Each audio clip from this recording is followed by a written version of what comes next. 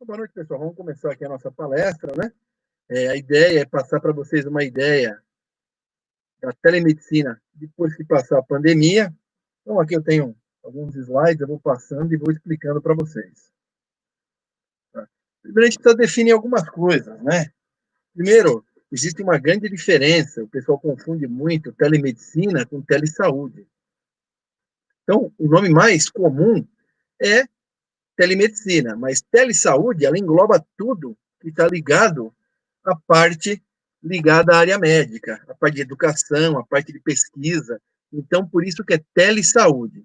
A telemedicina é uma categoria que se encontra dentro da telesaúde, tá? E ela proporciona aí para médicos, para enfermeiros, uma forma diferente de fazer atendimento. A telemedicina, ela não é uma coisa nova, ela já foi usada nos Estados Unidos na década de 70, né, para fazer atendimento em áreas rurais. Porque hoje, quando a gente fala em telemedicina, você está pensando em contato, em computador, em estar se vendo. Na época, ela era feita por telefone, né, passavam informações por telefone e conseguiam passar diagnósticos ou até algumas informações para as pessoas por causa da distância. Tá? Então, o que como é citada hoje a telemedicina? É oferta de serviços ligadas aos cuidados da saúde, nos casos em que a distância for um fator crítico. Tá? Então, isso se trata de um instrumento complementar às áreas médicas. Não que a telemedicina ou a telesaúde vai substituir o médico presencial, isso nunca. Tá? Mas é mais uma ferramenta que pode ser utilizada. E como toda ferramenta,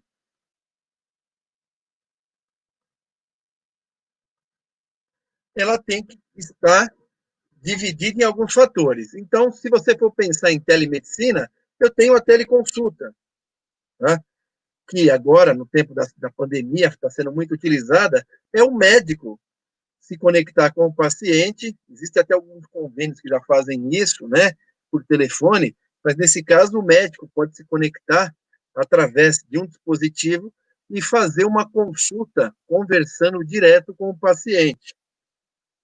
Ele também pode fazer monitoramento. O que é o monitoramento? Ele fez lá a teleconsulta e depois ele diagnosticou algum problema, ele vai fazer o monitoramento desse paciente, com ligações, alguma pessoa vai ficar interagindo com isso.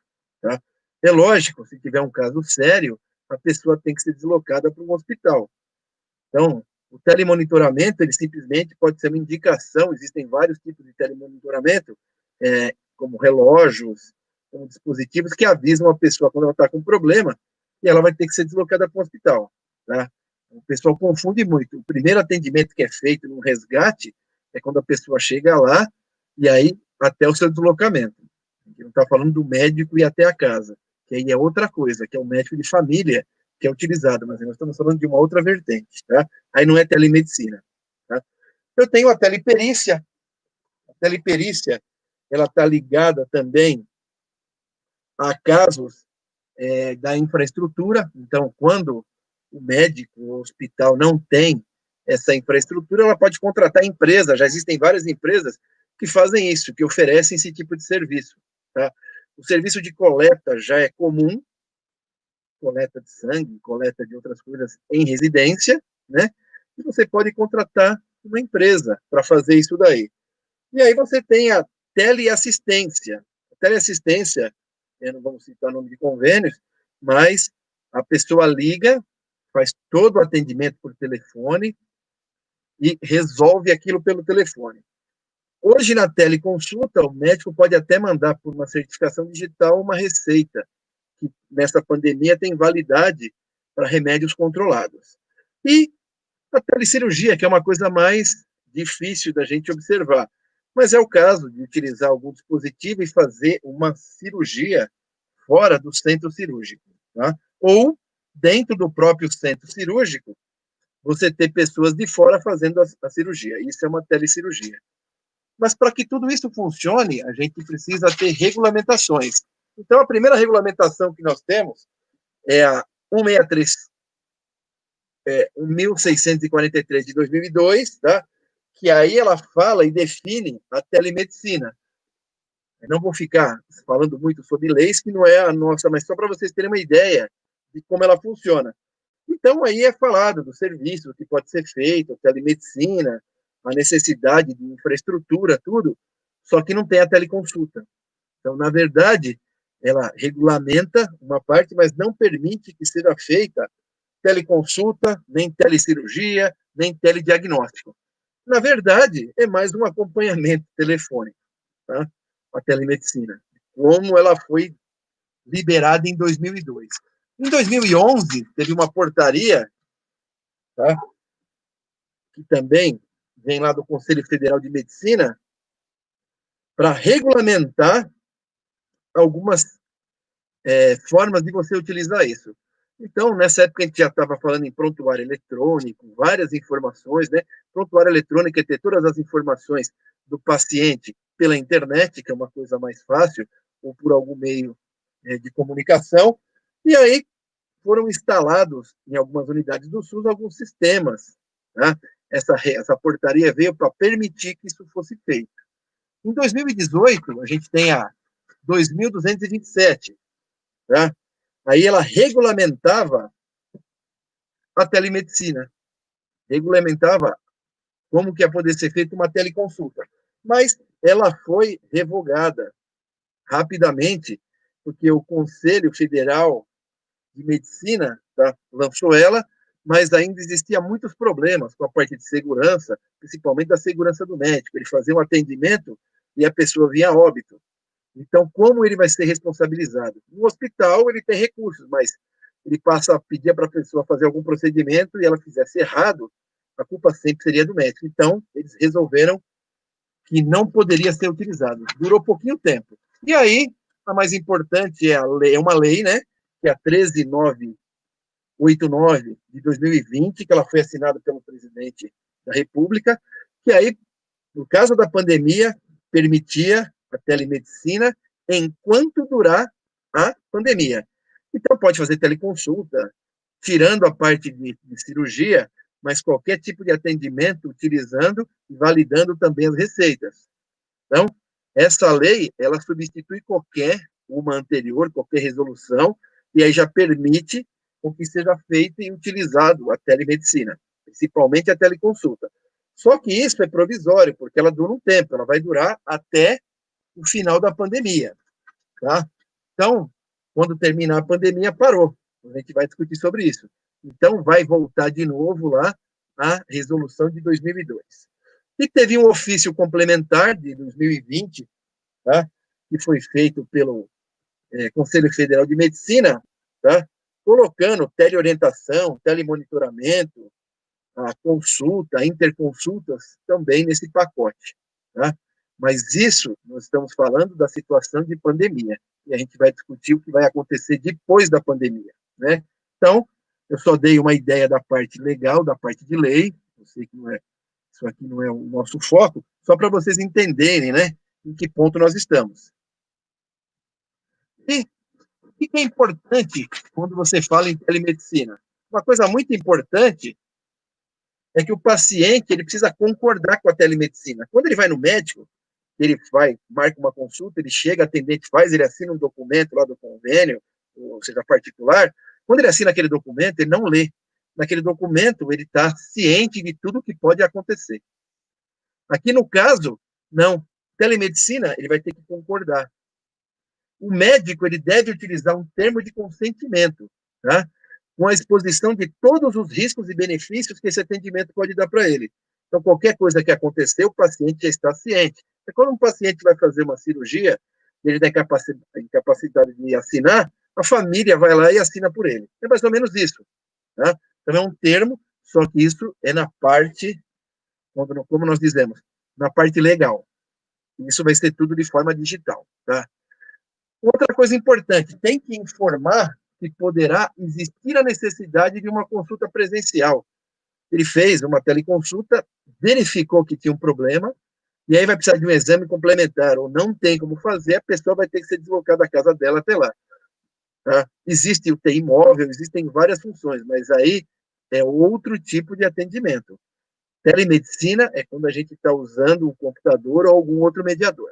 tá? E sempre é o médico que tem que explicar. Então, o médico ele tem que ter algum conhecimento sobre a infraestrutura, como funciona. Então, não é qualquer médico que já sai fazendo telemedicina. Por quê? Ele vai ter que passar para o cliente, explicar, ó, vai ser feito dessa maneira, essa consulta vai ser gravada, ela tem que ser gravada, para você garantir depois qualquer tipo de reclamação, tá? E aí vai explicar sobre equipamento, o acesso, o horário, se vai ter custo, se não vai, se é convênio. Isso é o médico que tem que fazer. Então, não é uma coisa tão simples. A telemedicina é simplesmente o cara pegar, ligar o computador do médico e atender a pessoa do outro lado, né? Tem alguns detalhes que têm que ser bem observados aí, tá? A telemedicina no Brasil, tá? Ela já é uma realidade há um bom tempo. Você tem muitas inovações tecnológicas, tá? E os médicos, eles podem utilizar essas inovações, tá? O que é mais utilizado atualmente são mensagens através de celular ou até ligações telefônicas, tá? A telemedicina ou cara a cara não é tão utilizado. Está sendo utilizado mais agora na pandemia. Porque muitas vezes uma informação pelo telefone fica difícil. Um texto ele pode ser mal interpretado. Então, o médico conversando com a pessoa, isso facilita bastante, né, e de forma mais rápida o entendimento. Então, por isso que isso é feito e tem que estar regulamentado. E após a pandemia, né, durante esse distanciamento social que a gente espera, é lógico que depois, quando voltar, o mundo nunca mais será igual a antes, tá? A telemedicina ela está cada vez mais presente na área da saúde. E não é para redução de custo, não é por isso. O pessoal fala, não, a telemedicina é mais barata, é mais cara. Não estamos discutindo a preço, mas nós estamos discutindo isso de facilidades. Porém, o que será que vai acontecer com ela? Né? Acabou a pandemia, o que vai acontecer com essa telemedicina que nós temos atualmente? Tá? Primeiro, como vai ficar? A telemedicina é totalmente viável aqui para o Brasil, para o mundo inteiro, porque você tem já, é lógico que não são todas as regiões, mas você tem uma boa região cabeada, com fibra ótica, então você precisa ter uma boa qualidade de comunicação, tá? Redes 4G, 5G, mas aí são outros detalhes técnicos, né? Mas ainda existe uma grande polêmica em relação ao atendimento. Inclusive, existiram alguns sites, né, por ética, não vou citar o nome, que o pessoal já oferecia serviço, já oferecia médico, tudo online, tá? Eles foram caçados, foram fechados, né? Então, ainda precisa ter uma grande discussão bem profunda entre o Conselho dos Profissionais de Saúde, tanto dos enfermeiros como dos médicos. Os dois conselhos precisam entrar em um acordo antes que isso seja regulamentado, tá? E tem que existir alteração, principalmente na parte de segurança legal do médico, tá? Para ele ter um respaldo jurídico e assegurar também o lado do paciente. Se tiver algum problema, como isso vai ser resolvido, né? E uma coisa principal, a segurança dos dados do paciente tem que ser garantida. Está tendo uma comunicação, se entrar um hacker ou entrar alguma pessoa e pegar as informações do paciente, nome, estado, o estado clínico dele, pode tentar fazer alguma invasão ou até utilizar essas informações para fazer alguma coisa errada. A gente sabe que hoje um dos maiores crimes são os crimes digitais, né? Então, precisa tomar bastante cuidado com isso também. Então, mudança tem que existir na resolução 163 de 2002.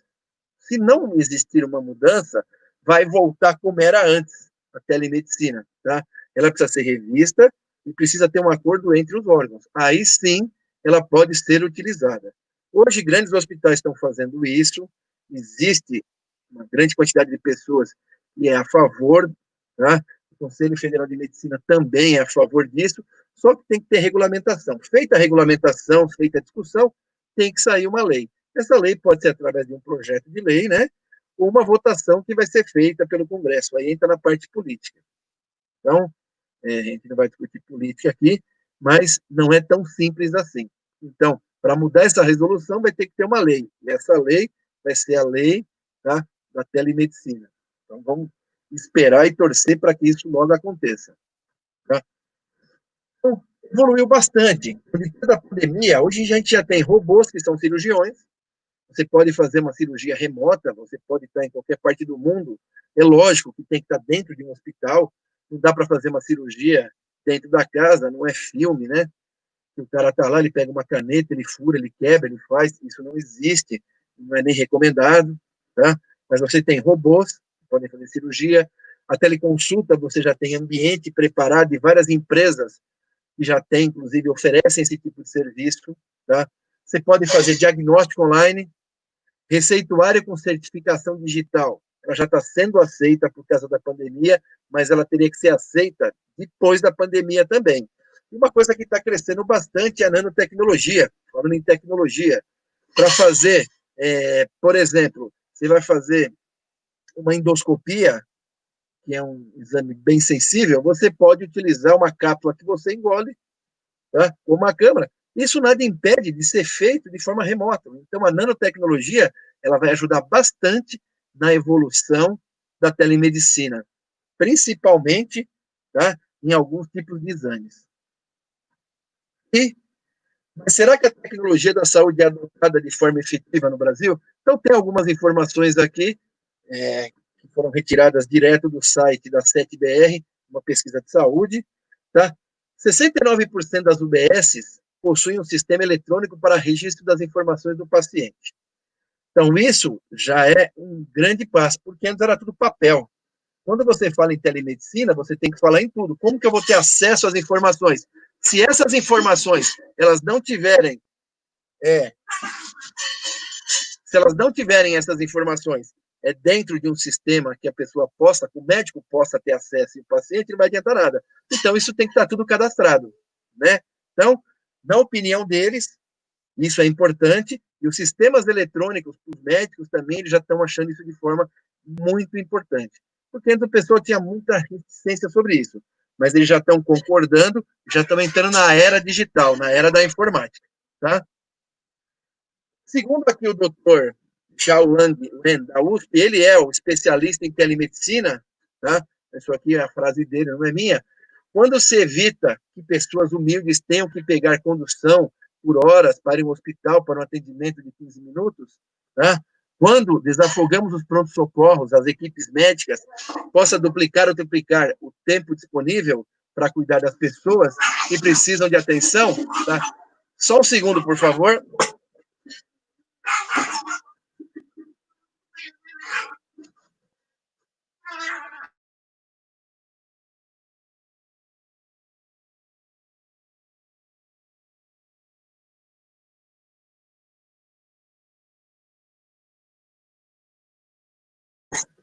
Desculpe, aqui eu já voltei. Então, isso é uma coisa bem importante, tá?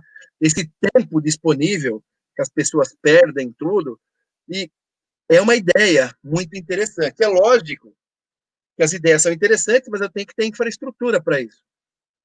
Se eu não tiver conexão, se eu não tiver link de comunicação, isso não vai adiantar, tá? Pode ser feita uma parte por telefone, por videochamada, mas isso vai depender do tipo de sistema que for desenvolvido. O que dá para fazer? Um telediagnóstico, uma teleconsulta, a parte de educação também, tanto para médico como para enfermeiro, e a teleconsulta. Então, você tem várias coisas que, após a pandemia, podem ser implementadas, mas vão depender tudo da regulamentação. Se não for regulamentado, volta como era antes. Tá? Então, esse é o que eu queria passar para vocês. Agora eu abro perguntas, né? Fiquem à vontade aí.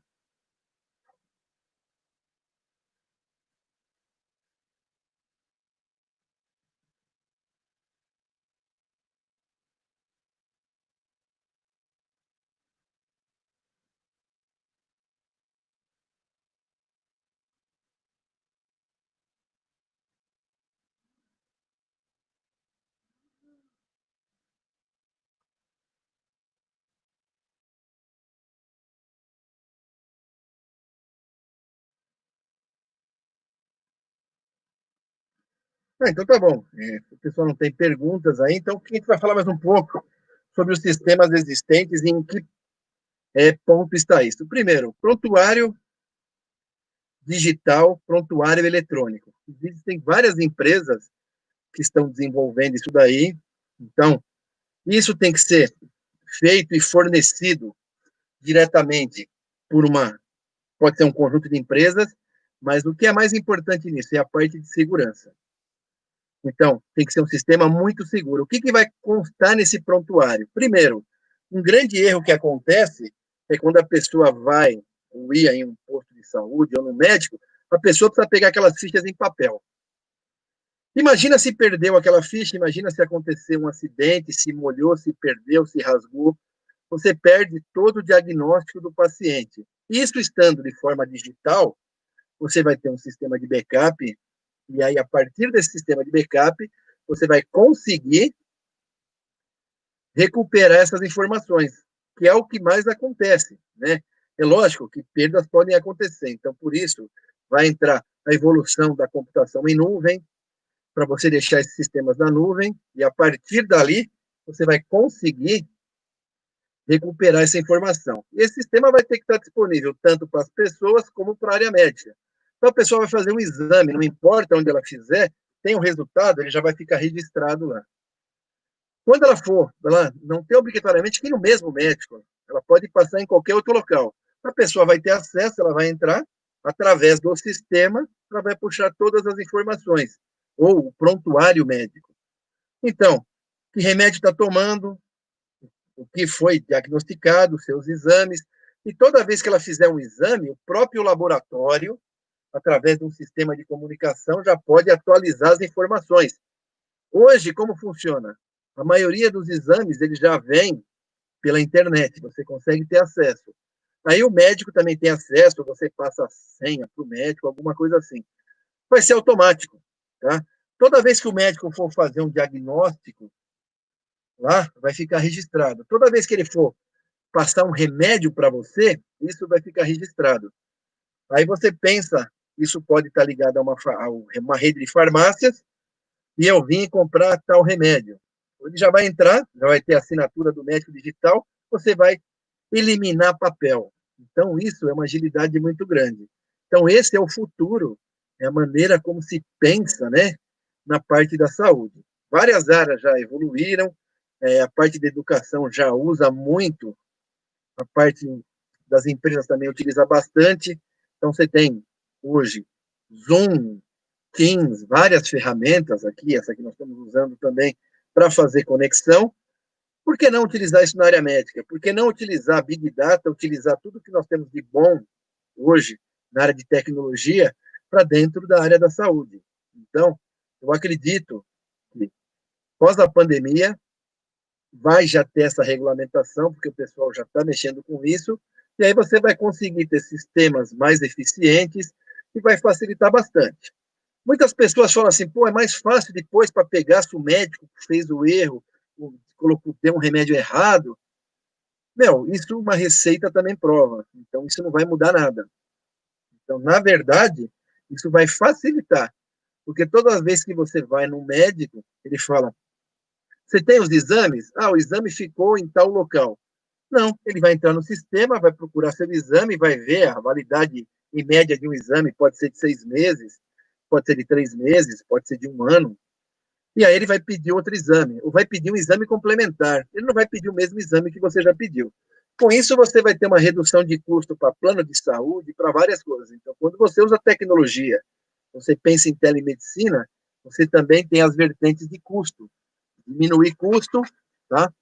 Para você conseguir manter-se no mercado. Eu tenho aqui uma informação, tá? Que a telemedicina, em 2019, ela cresceu, aí ela investiu 38 bilhões no mundo. Tá? Então, isso daí, a ideia é que no Brasil existem investimentos, é lógico, isso era antes da pandemia, essa informação, de 7 a 8 bilhões vão ser investidos aí no prazo de 10 anos no Brasil para você implantar todos esses sistemas. Tá? É lógico, hoje você já tem. A telemedicina pode ser aplicada facilmente no sistema SUS ou depende muito do sistema privado. Na verdade, a telemedicina ela pode ser aplicada em qualquer vertente. Tá? O ideal é que ela seja interligada, mas a facilidade, a parte do investimento maior, tem que partir dos órgãos governamentais. Porque o hospital, se ele vai fazer um investimento, que ele vai querer? Ele vai querer que ele tenha prioridade. Então, isso tem que ser um sistema geral do Brasil, tá? Então, ele tem que ser federativo. E aí todo mundo vai entrar. Se o hospital vai pagar porque é privado ou não, e o SUS não, aí a gente não vai entrar nesse mérito. Mas, na verdade, a implantação do SUS ela está mais fácil do que a interligação dos hospitais privados, para você ter uma ideia. Eu tenho alguns trabalhos com alguns alunos aí referente a essa parte de prontuário, e sempre para nesse ponto. Ou é a parte de segurança, ou é a parte que não está cobrindo a parte de telecomunicações, né? Agora está melhorando, mas eu acredito que num prazo aí, espero, é lógico que não existam outras pandemias tão cedo, mas isso já tem que estar preparado, tá?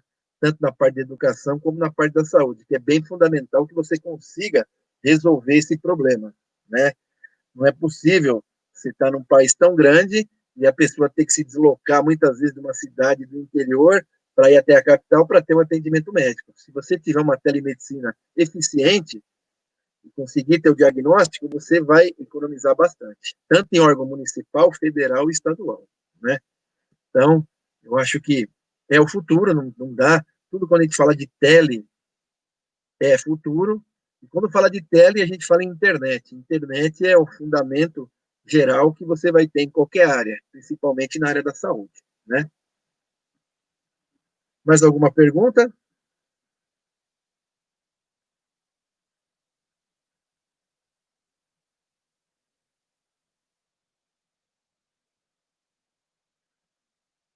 Só faltam 3 minutos aí, então, falar mais um pouco sobre os tipos de equipamento. O que seria, no caso, um robô cirurgião? Na verdade, o pessoal acha que quando você fala em robótica, existe a ideia que os robôs vão dominar o mundo. Primeiro, quem faz a programação do robô são as pessoas. E, na verdade, o que vai acontecer? Você vai ter que fazer toda uma programação, então você tem a área de TI, a área de informática envolvida, e o médico que vai fazer a programação. Então, a precisão de um robô ela é muito mais sensível do que um bisturi médico.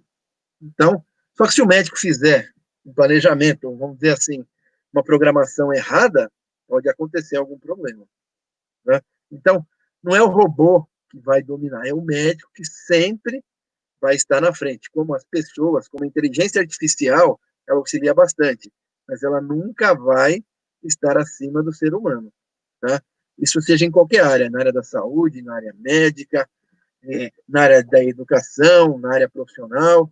O pessoal se preocupa muito. A inteligência artificial vai dominar. Existem muitos filmes, muita coisa sobre isso, tá? Mas o homem, é lógico que a pessoa pode tentar utilizar esses recursos não para o lado do bem, para o lado do mal, é outra coisa. Mas, quando bem utilizados, eles vão ajudar bastante, principalmente na parte da saúde.